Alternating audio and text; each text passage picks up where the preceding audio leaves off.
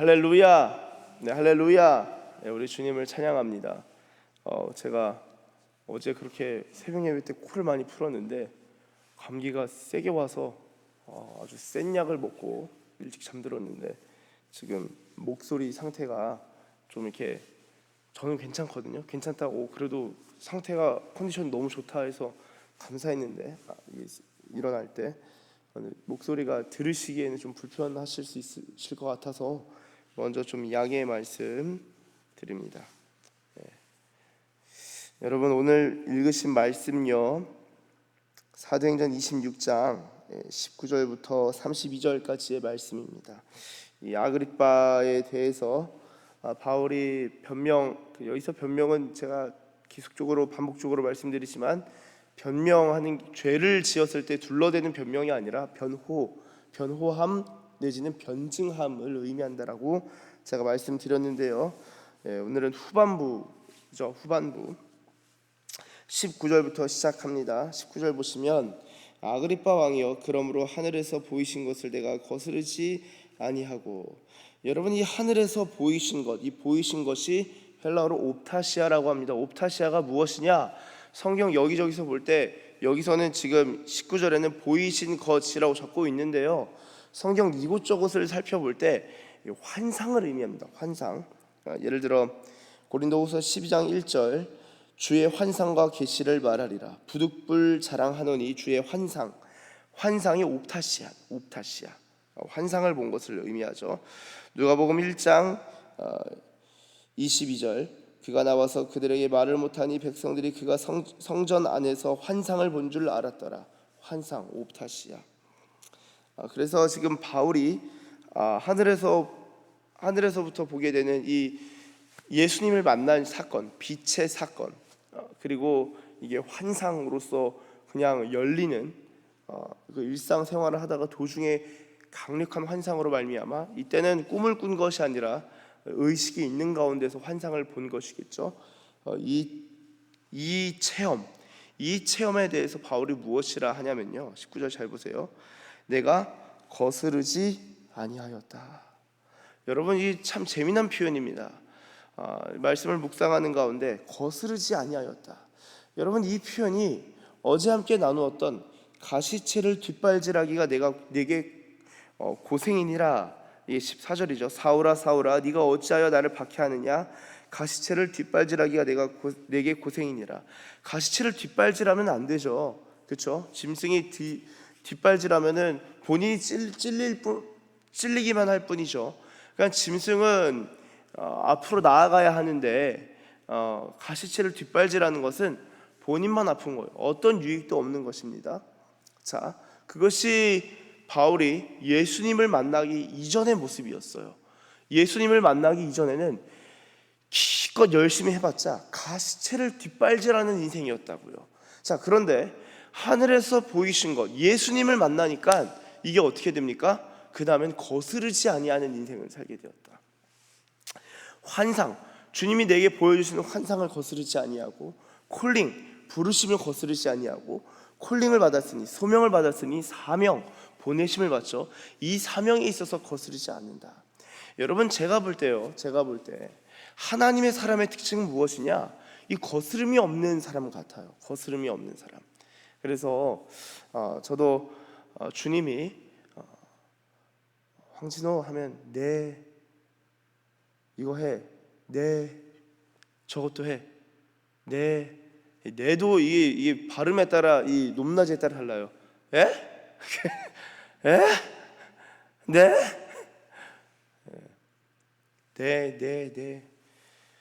거스르지 않는 거. 주님이 말씀하시는 것을. 제가 감사한 건요. 전 진짜 이게 참 은혜인데, 어쨌든 이게 직과 업이 이 목사잖아요. 그러니까 하기 싫어도 설교해야 할 수밖에 없는 그런 상황이고, 그럴 수 있잖아요, 그렇죠?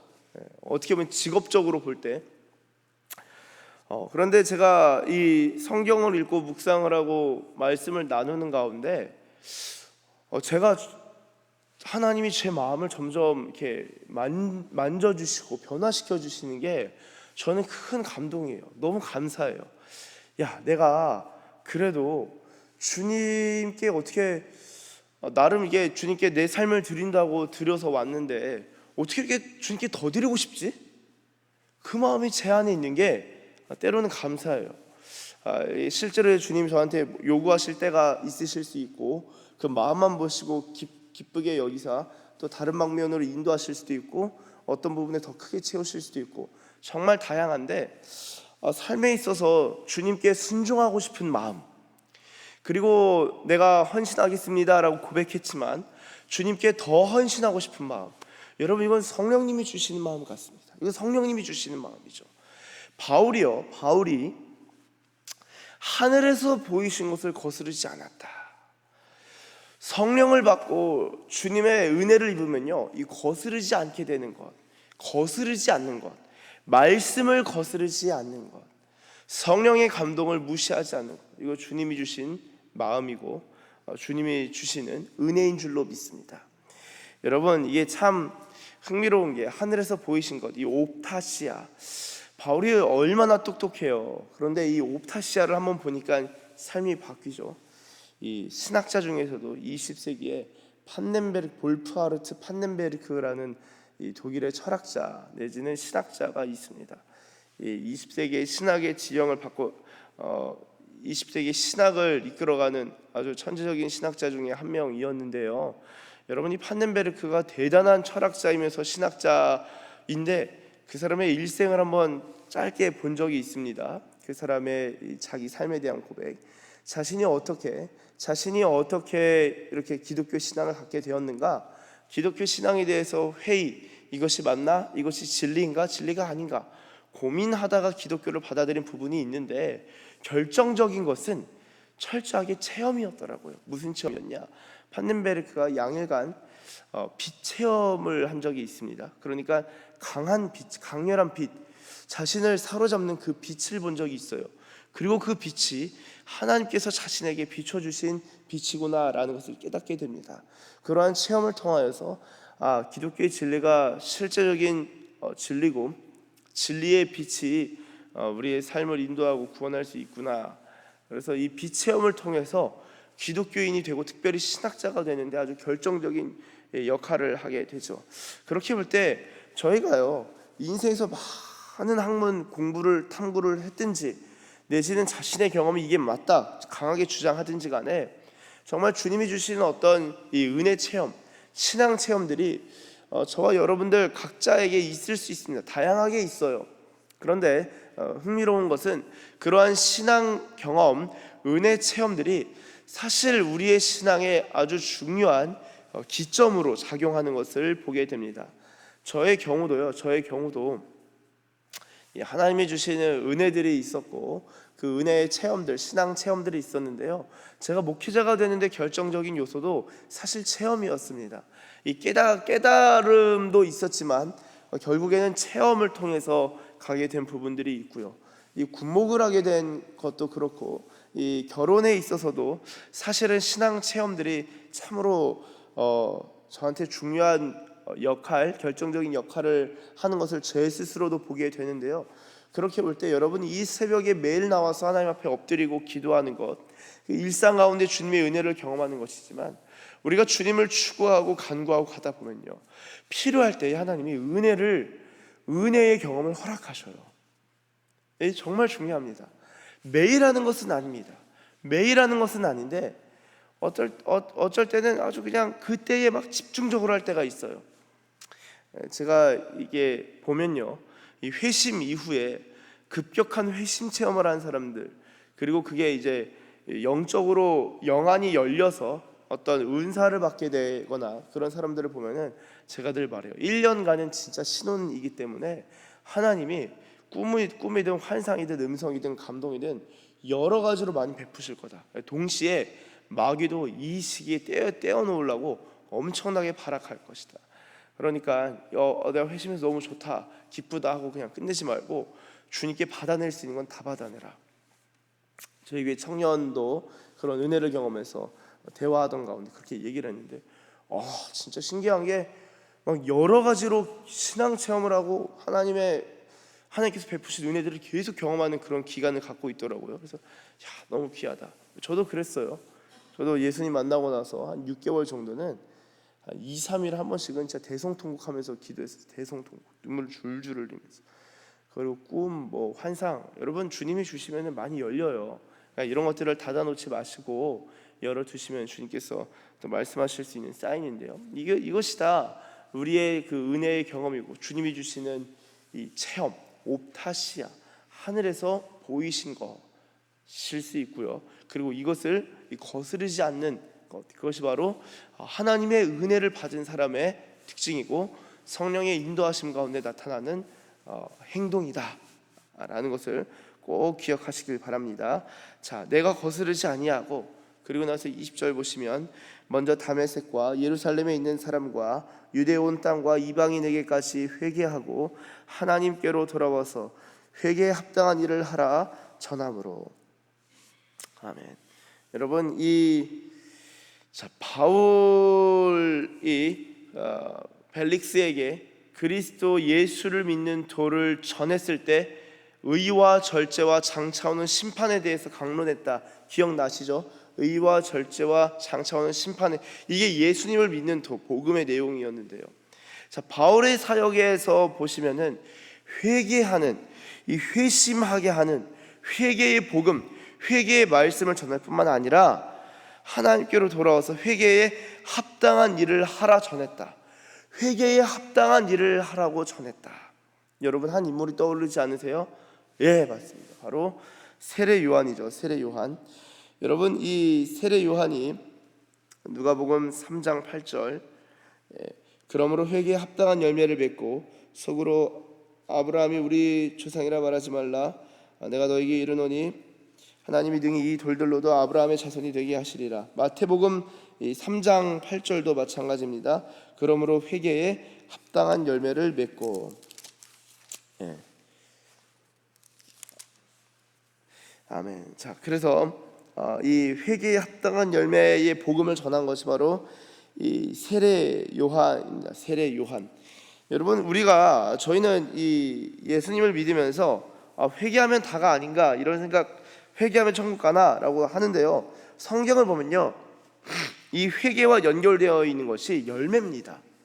그래서 내가 회개했나 안 했나, 나 회개했는데가 아니라 주님은 보실 때 그 열매를 보신다는 거예요. 이 요한복음 15장에서도 포도나무 비유가 너가 포도나무냐 아니냐 따지지 않는다는 거예요. 너가 열매가 있냐 없냐 이걸 보신다는 거예요. 열매가 있냐 없냐. 회개에 합당한 일, 회개에도 회개의 열매가 있다. 그래서 이 바울의 사역을 볼 때 열매를 맺게 하는, 회개에 합당한 일을 하게 하는 사역들을 했다. 여러분, 이 예수님을 믿는다는 거예요. 예수님을 믿는다는 것은 이 가방끈이 길어진다는 것은 결코 아닙니다. 결코 아닙니다. 가방끈이 길어지는 것과 예수 믿는 것 상관이 없어요. 그런데 예수님을 믿으면요, 지성이 회복되고 온전해지는 것은 맞아요. 그리고 우리가 예수님을 믿으면 지성이 회복되고 우리의 양심이 회복되기 때문에 이런 회복된 지성이 말씀이 들어가잖아요. 그럼 지혜로워진다고요. 실제로 가방끈이 갑자기 막 길어지는 것이 아니라 우리의 실제 삶에서 가방끈이 긴 사람보다 훨씬 더 지혜롭게 사고하고 지혜롭게 행동할 수 있다. 이게 그리스도인들의 엄청난 은혜고 특권입니다. 회개 이후에는 회개에 합당한 일이 있는데요, 이 열매를 맺게 하고 회개에 합당한 일을 하게 하는 바울의 사역 보실 때 로마서 1장 13절, 로마서 1장 13절 제가 읽겠습니다. 형제들아, 내가 여러 번 너희에게 가고자 한 것을 너희가 모르기를 원하지 아니하노니 이는 너희 중에서도 다른 이방인 중에서와 같이 열매를 맺게 하려 함이로되 지금까지 길이 막혔도다. 여러분, 로마서를 쓰면서 열매를 맺게 하려 함이다. 자, 로마서를 이 베베라는 자매가 전달자죠. 베베가 전해줘서 로마의 교회들이 그것을 로마서를 받고 로마서를 읽어요. 자, 그럼 어떻게 될까요? 열매를 맺게 되는 거예요. 사도 바울이 로마서를 작성한 이유 자체가 내가 너희를 방문하고 싶어. 방문해서 우리 대화해. 그럼 너희 열매를 맺게 될 거야. 근데 내가 방문하지 못하잖아. 로마서를 쓸게. 로마서를 써요.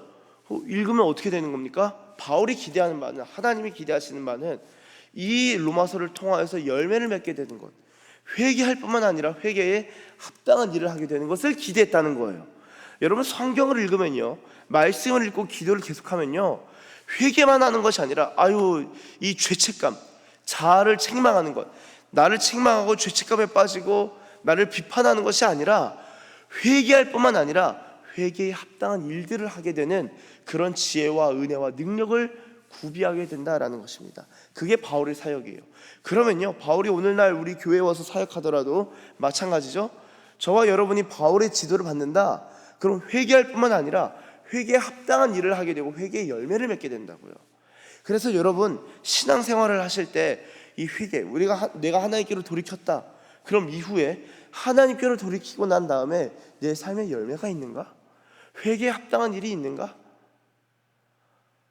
나는 이 교회 가운데서 건강하게 성장하고 있는가? 스스로에게 질문해 볼 필요가 있다라는 것입니다. 이것이 하나님의 사람들의 사역이고요, 또한 하나님의 사람들이 그러한 사역을 또한 경험하는 자로서 볼 때도 이러한 합당한 일, 열매가 있다라는 것을 볼 수 있겠습니다. 바울이 계속해서 자신의 복음을 자신의 삶과 결부시켜서 고백하는데요, 22절에 보시면 하나님의 도우심을 받아 내가 오늘까지 서서 높고 낮은 사람 앞에서 증언하는 것은 선지자들과 모세가 반드시 되리라고 말한 것밖에 없으니, 자신의 삶을 돌아보니까 이거 복음을 전한 게 내 열심, 내 열정이 아니라 하나님의 도우심이 있었구나. 내가 만약에 죽으면은 일찍이 죽어야 되는데, 왜냐하면은 나를 죽이려고 막 길길이 날뛰니까요. 그런데 내가 하나님의 도우심이 있었구나. 그래서 쭉 이야기를 하니까 24절, 베스도가 크게 소리내어 이릅니다. 바울아, 네가 미쳤도다. 내 많은 학문이 너를 미치게 한다 하니. 여러분, 베스도가 난리가 납니다. 자, 바울이 누구한테 말하는 거예요? 베스도입니까? 아니죠.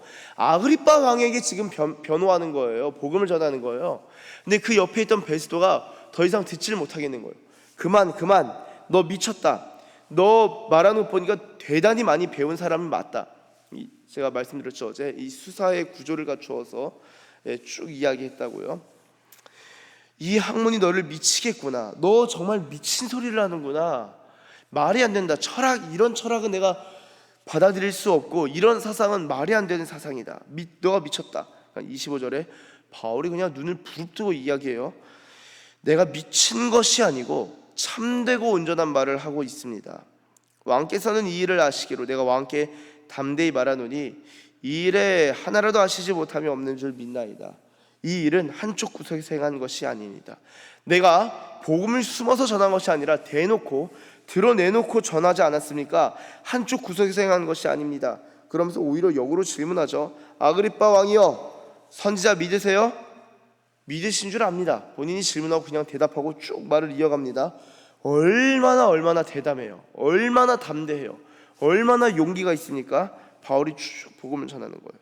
그러니까 아그리빠가 딱 듣더니만, 내가 이 적은 말로 나를 권하여 그리스도인이 되게 하려 하는도다.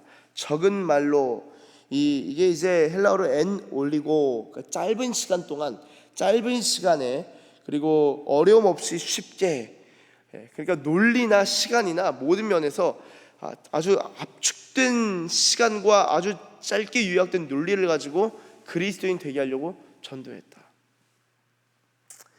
네가 그렇게 나를 그리스도인이 되게 하려 하는도다 하니까 29절, 바울이 너무 담대해요. 진짜 대단합니다.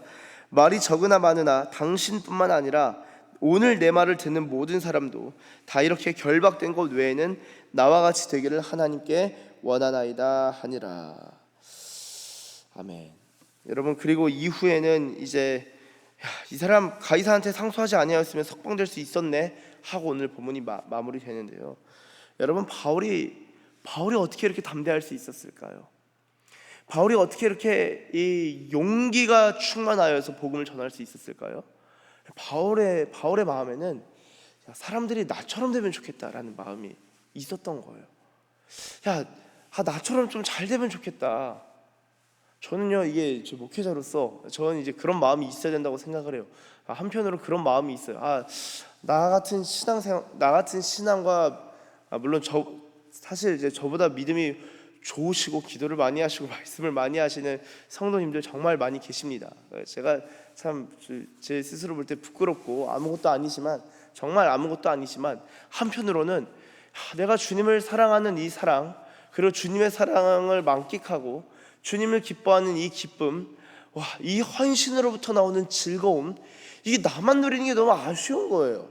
한편으로는. 그리고 여러 주님께서 주신 은사가 왜 나만 있어야 되나? 성도님들도 공유하고 이런 은사를 가지고 사역을 하고, 여러분, 이 성도라는 것 자체가 사실 사역자입니다. 그러니까 여러분의 삶에 있어서 사역 미니스트리가 있으셔야 돼요. 미니스트리가. 이 나와 같이 되는 것. 여러분, 이렇게 바울처럼 어떻게 고백할 수 있으세요? 결박된 것 외에는 다 나처럼 되길 원한다 라는 고백이, 제가 볼 때 이거는 있어야 되는 거예요. 예수님이 우리 마음에 계셔서 우리가 예수를 닮아가고 예수의 형상이 나타난다.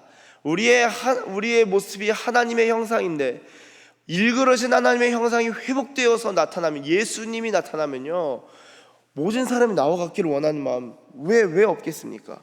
고린도전서에도 마찬가지. 나는 모든 사람이 나와 같기를 원하노라. 여러분, 저와 여러분들 정말 우리가 나와 같기를 원한, 나처럼 이게 얼마나 내가 좋고 행복한데, 이런 마음이 있으면요, 진짜 은혜를 받은 사람의 특징입니다. 오늘 이렇게 하나님의 은혜를 받은 사람, 성령의 사람, 하나님의 사람, 하늘에서 보이신 것에 있어서 거스르지 아니하고, 그렇죠?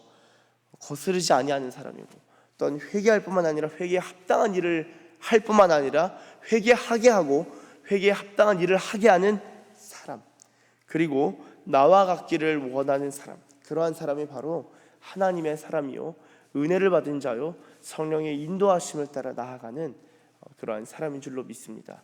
바라기는 저와 여러분이 이러한 성령의 사람으로 세워지고 성장하고 예수님과 더 긴밀하게, 더욱 깊이 친밀하게 동행하는 은혜가 있으시기를 예수님의 이름으로 축복합니다.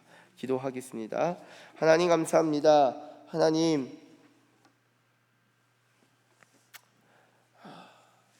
우리에게 주신 은혜가 정말 너무나 큰데, 주님, 이렇게 큰 은혜에 더하여서 더 큰 은혜를 우리 가운데 베풀어 주심에 주님 늘 감사드립니다.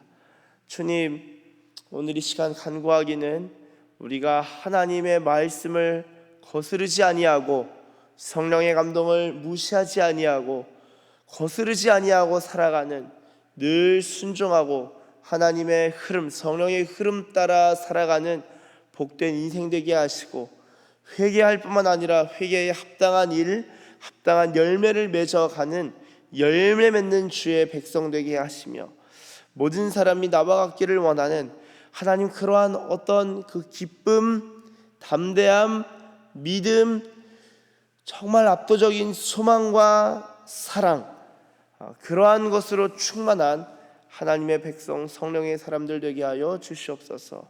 그렇게 인도하실 우리 주님을 기대합니다. 그렇게 인도하실 줄 믿고 감사드리며 예수님의 이름으로 기도드립니다. 아멘.